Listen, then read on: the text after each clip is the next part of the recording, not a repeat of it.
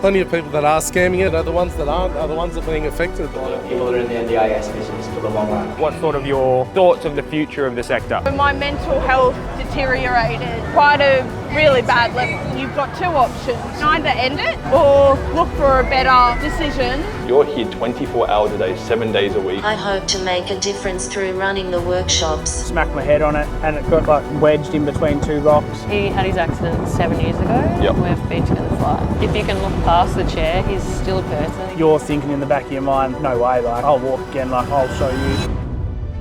Australia's disability sector has recently come under fire, from unregistered providers taking advantage of the country's most vulnerable participants to scandals happening all over the country. Is the NDIS just one big scam? Today I went to 3 NDIS providers, Superior Care Solutions, Meta Healthcare and Kinkera Community, who all have different stories to share so that I could understand what on earth is happening in this sector and to gain insight into the truth behind Australia's most controversial scheme.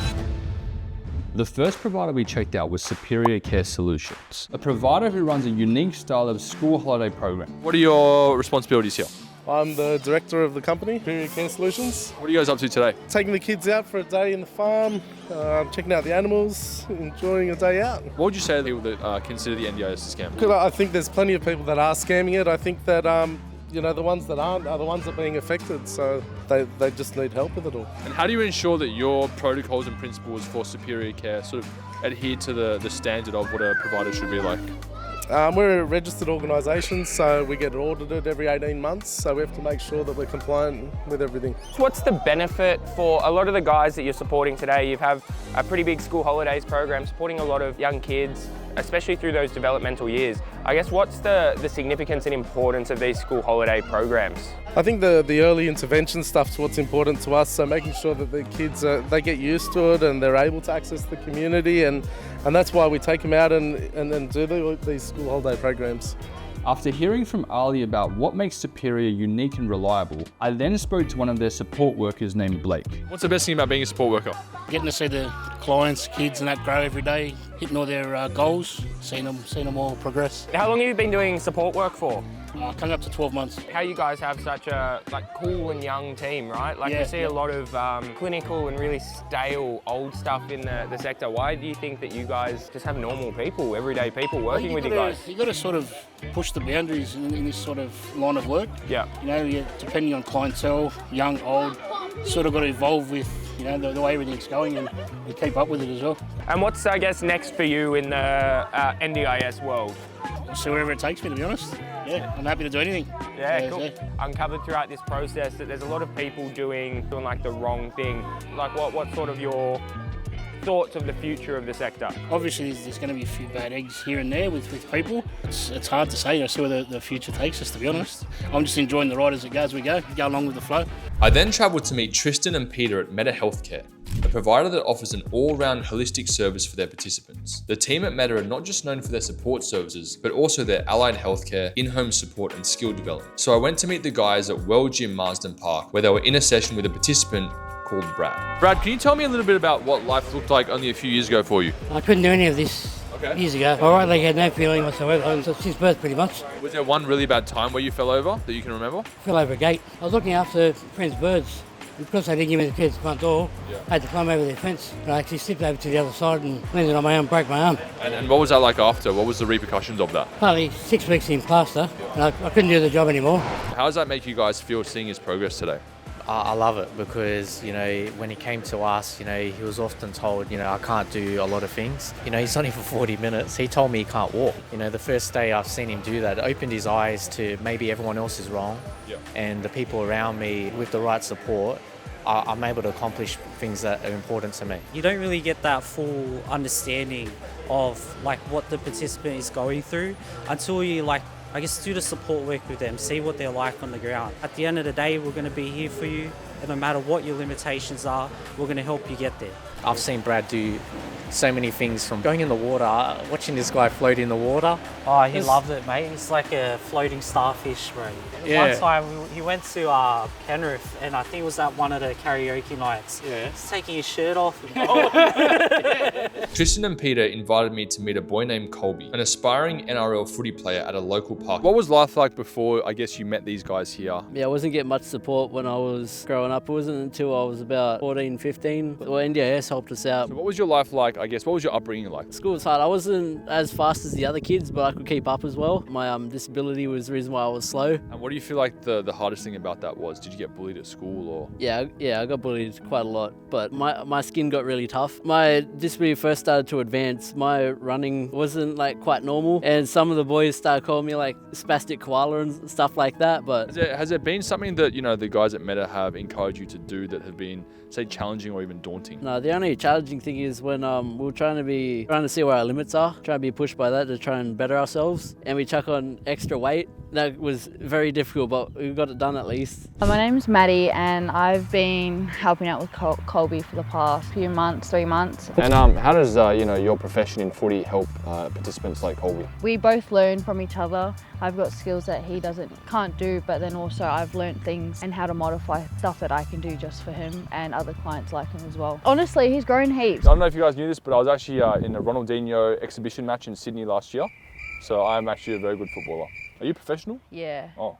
I play. I gathered. Yeah. I didn't even know that, I swear. It's fine. Dragons represent, guys. Love that. Love that. Oh!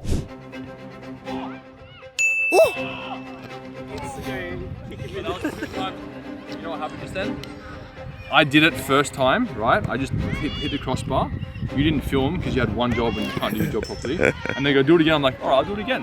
Is the audio on, please? Yeah. All right, guys, we have just arrived at the Sydney Royal Easter Show Night 1. We're going to be walking around, seeing what it's all about and having some fun. Are you excited? I'm keen, ready to go. Me too, man. So, should be right. What do you think the hardest thing was for you to, I guess, have to do every single day to just actively participate in society? For years, I was a self-harmer. That's what I would struggle with daily. After I finished school, my mental health deteriorated to quite a really bad level. So I was talking to myself saying, you've got two options.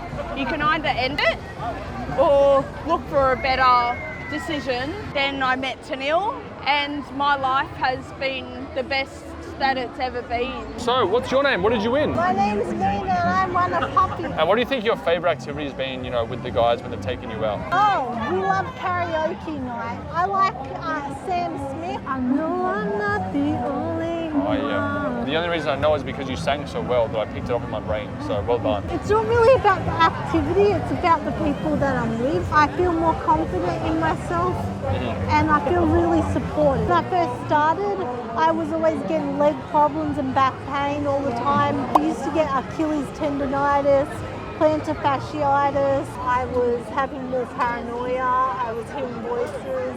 I was seeing things that weren't there. But I'm over that now. I'm happy. You can't change your past, but you can change your future.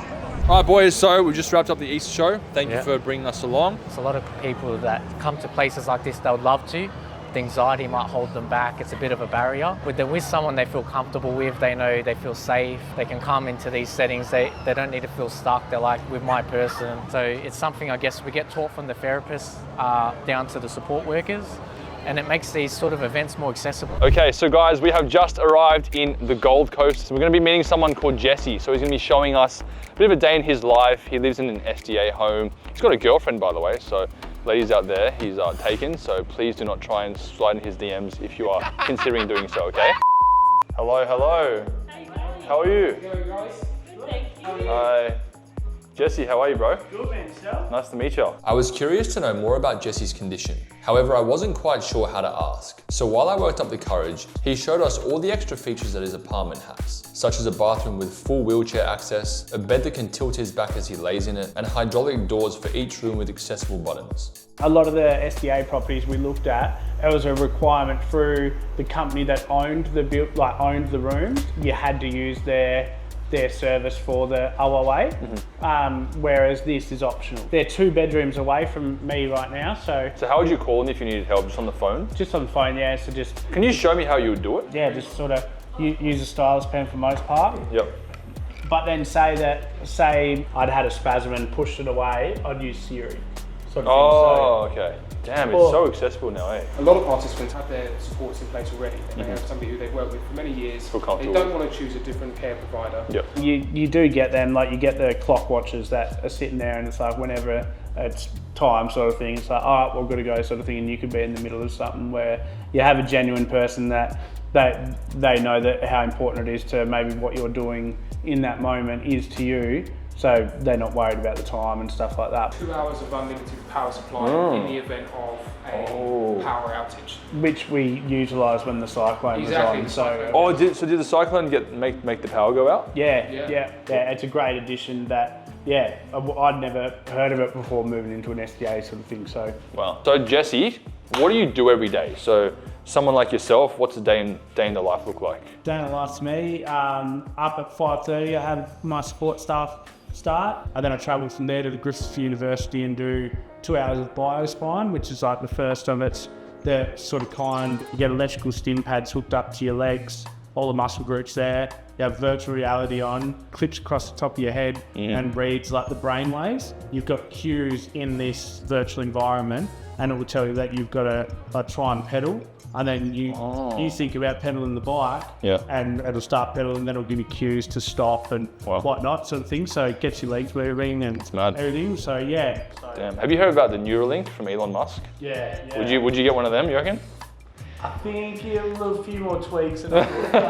Still unsure of how to approach this subject of Jesse's accident, I decided to talk privately with Chanel and Joe to see what it's like being on the giving end of Jesse's support. My name's Chanel. I'm a service manager for AAA Advanced Quality Care, and how we collaborate with Kinkira is that Kinkira provides the SDA apartments, and we are the service provider that provides the supports on site. Just to get this clear, you're here 24 hours a day, 7 days a week. You don't leave this place, you don't go travel, you don't see friends. She's the mum of the I'm in here for the long run. So. Amazing. Oh, I can see. That's good to hear. Yeah, I can see Not you got a lot that. of people are in the NDIS business for the long run. So for Jesse, what's the trajectory for the rest of his life? Is there a way where he can be a bit more mobile? Can we get his arms and legs sort of a little Well, bit? I think that's what he's working on at Griffith University with the biospine initiative that they've got going on there. Curious to know what it's like dating a quadriplegic like Jesse and the challenges that comes with it, I spoke privately to his girlfriend Steph, and I was surprised to learn that her and Jesse actually started dating after his accident. Well, we knew each other when we were younger. He was friends with my stepbrother, so we met when I was younger, and then we just rekindled through mutual friends after his accident. Oh, it was after, was it? Yeah, so he had his accident 7 years ago. Yep. 7? Yeah, and we've been together 5. Right, okay. For you personally, I guess, what gravitated you towards Jesse? His nature. If you can look past the chair, he's still a person, he's still genuine. I guess all of them traits. And what was the advice like from your family and your friends when they found out that you were considering dating Jesse and obviously, you know, his situation that he's in? You just work out your own way of doing things, I guess. Like we still can do what a normal couple can do. It comes with a lot of planning, I guess. So Steph, how do you, I guess, keep boundaries in your relationship where you're still the, you know, partner, girlfriend, instead of sort of the carer? The carers make that easy for us. So we have carers come in in the morning and at night and during the day. I guess we still have dinner and stuff together without carers there, so that gives it, I guess, normality still. We can still go out and do things. We then headed to lunch where I finally asked about Jesse's accident and he spared me no details. But before diving into Jesse's past, I was curious to learn more about his plans for the future. Gold Coast has been listed one of the most successful states in Australia. I was doing the most that I could with what was at hand rehab-wise back home, because there's no facilities. We don't even have like a proper spinal clinic and stuff like that. It's also put me in the direction now where I want to go into youth work and make a difference with kids that might be at that point where I was, where you can be led with the wrong crowd very easily and influenced in the wrong way. I want to put everything I can obviously into the rehabilitation here and hopefully be picked for this surgery and stuff like that. But if I didn't get picked for it, I've got goals now and pathways I want to go down, know that I'm making a difference for good. You know, just such a nice relationship you have, you know? Can you guys just give each other a quick kiss for the camera? No, I'm more than happy to. Oh. After wrapping up this wholesome lunch, it was now time to finally learn the entirety of Jesse's story. Just wanted to really, you know, get deep with you a little bit and understand, I guess, a bit of your story. So you mentioned that you had an accident. Got us through exactly what happened. On that day, just got a call saying like we're all going to head out to the river. You want to come along, sort of thing. Just sort of went and stood to the edge of the riverbank, looked over. It looked nice and deep still. I jumped off there a million times. So I got a run up, dove, sort of slipped at the last second. So when I hit the water, I was vertical and went sort of straight down. As soon as my shoulders sort of got underwater, I felt like my arm smack into the rock, the first bit, and then smacked my head on it, and it got like wedged in between two rocks. Your head got wedged? Yeah, wow. And sort of like when I rolled over, my head sort of stayed still, and that's where I think like the main break happened, or the dislocation happened. Not long after that, I was thrown on life support and induced into a coma, and then I woke up a few days before my birthday, my 22nd birthday. So I was in a coma for 3 weeks. Got out of the Austin hospital, went to the Royal Talbot, which is like a hospital but with rehabilitation stuff. And 6 months I was there, just trying to learn to navigate life in the wheelchair sort of thing. I guess I just want to take you back to, I guess, the moment where, the accident happened. Like, what was going through your head then? Did you think it would be as drastic as I guess it was, or? When you first sort of come to it and stuff, that's when they have the hard conversation with you. The moment the doctor said you'll never walk again in your entire life, what was going through your head? You just you almost want to punch them in the face, to be honest, but you're thinking in the back of your mind, no way, like, I'll walk again, like, I'll show you sort of thing. Yeah. So nothing could prepare you for what the actual life's like in the chair. It was hard because they leave the room and just sort of let no one go in for a bit, so you've got to sit with that. I try and be so like positive and want to get better sort of thing, so I'm not giving up. I feel like if I can deal with it well, my family and stuff, it's easier for them too. Props to you, man, of like how you've dealt with it. Like, it's very inspiring for the viewers out there to see your attitude.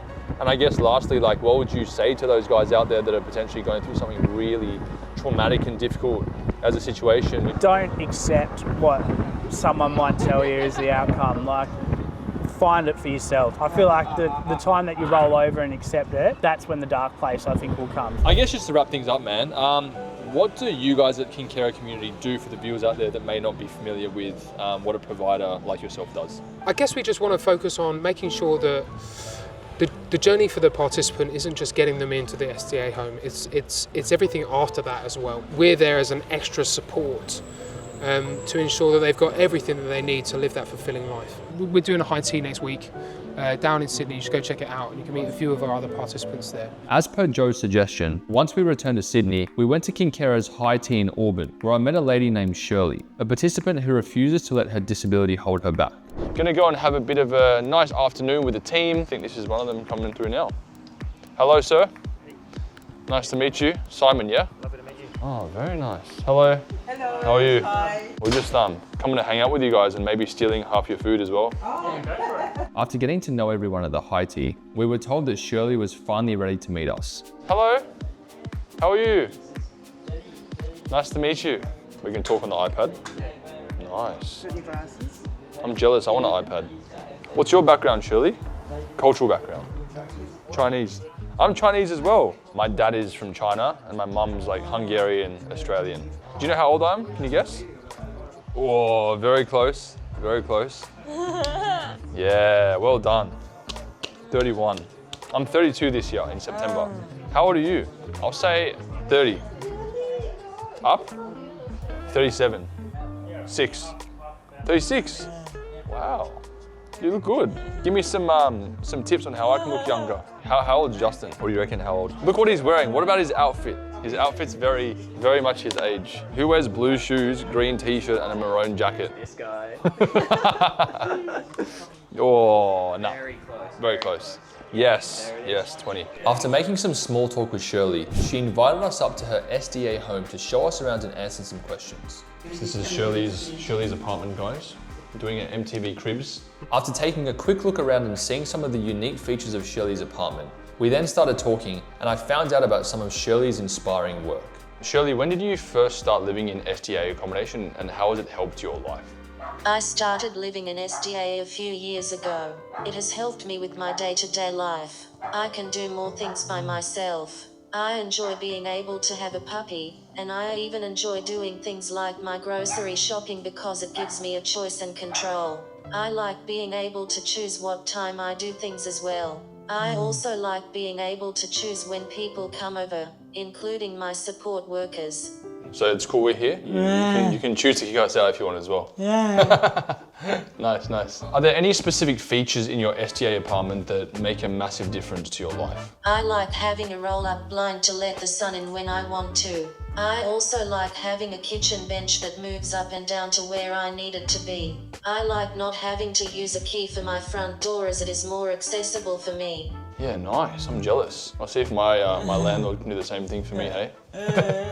So Shirley, can you tell us a bit about your work as a communications consultant and what that actually means to you? I have been working with an organisation for over 10 years where I teach people how to communicate with people with disabilities. I now run my own AAC business. AAC means alternative and augmentative communication. I want to be an advocate for people with disabilities. I want to educate people on how to communicate with people with disabilities. I want to help change people's perspectives on people with disabilities. I teach workshops on what I just mentioned. I thought I had a cool job, but clearly not. Nice. You're making a very big impact in the world. That's good. What was life like growing up with your condition, and how has that shaped you into the person that you are today? It has been very challenging at times, mostly because of people's perceptions of what it means to have a disability. They think I am incapable of doing things independently, but I am very determined to maintain my independence and to do things for myself. With encouragement and my determination, I'm willing to give everything a go. I always try to find ways of being as independent as I can, and I manage to do things by myself. Sometimes I get tired and that can lead to me having spasms, but no matter how long it takes me, I will get there in the end, with or without support. I think being challenged and stubborn helps. No matter what I'm doing, the ordinary will seem extraordinary to other people. But I am driven and motivated, and I get through my tasks and goals as best as I can. My condition has shaped me because I now run workshops on how to communicate with people with disabilities. I can talk about my lived experiences in the workshops. I hope to make a difference through running the workshops. Thanks for your honesty. That's really insightful. And you got some purpose, which is really good. And finally, Shirley, thank you so much for your honesty so far. We've heard a little bit about your dog, Meadow. How has, your relationship with her played a part in your journey and who you are today? She is a bit crazy at times, but I love her. When she is not being crazy, she helps me to have things to look forward to. I like taking her for walks and having cuddles with her. She is a best friend to me and makes me happy most of the time. Oh, that's nice. Well, I don't think she liked us very much when we walked in. I can see she's a bit crazy, but that's good. That's good to hear. That's good to hear. After spending time with Jesse and Shirley, I got to see how effective Kincare's support for their participants really is. And I even got the chance to speak to Ian Jordan, the director and one of the founders of Kinkera, to learn about how they came to be as a provider across Australia. And Ian, why did you start Kinkera? We've been doing property development for quite a long time. We had a development which was a bunch of apartments, and we were having an opening. A couple of guys were talking. One of them was in a wheelchair, John. We built some accessible apartments. I came back about 6 months later and I saw the fellow who was talking to John. I sort of said, "Oh mate, how you doing? How you finding the building? How's John going?" And he said, "That bastard." And I was really shocked because I was thinking, oh no, something really bad's happened. And he goes, "No, the guy's a Broncos supporter."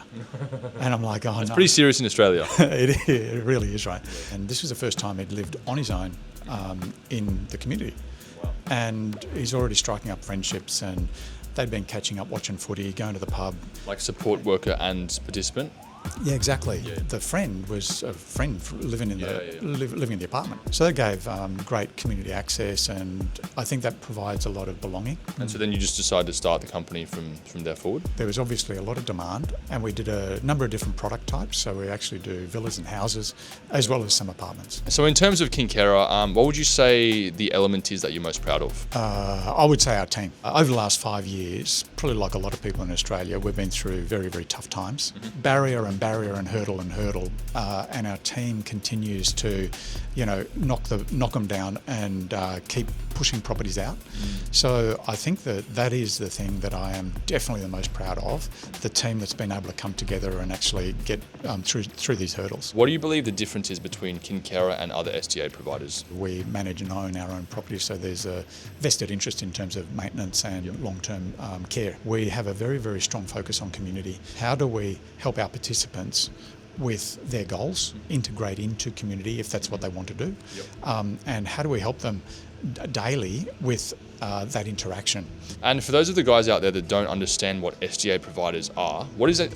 What's the exact definition of an SDA? Specialist Disability Accommodation, and that's actually a defined term under the NDIS. Kind of means any property that a person with disability might live in, but that's not true.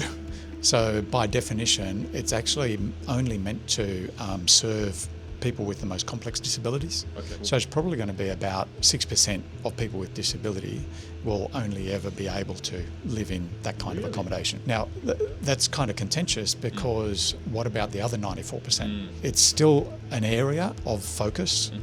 We haven't yet broken into that, and Kincaid Community being a registered SDA provider, we will continue to focus on the SDA component. Well, nice to meet you, Ian. Thank you so much. Appreciate it. Good on you, mate. Cheers.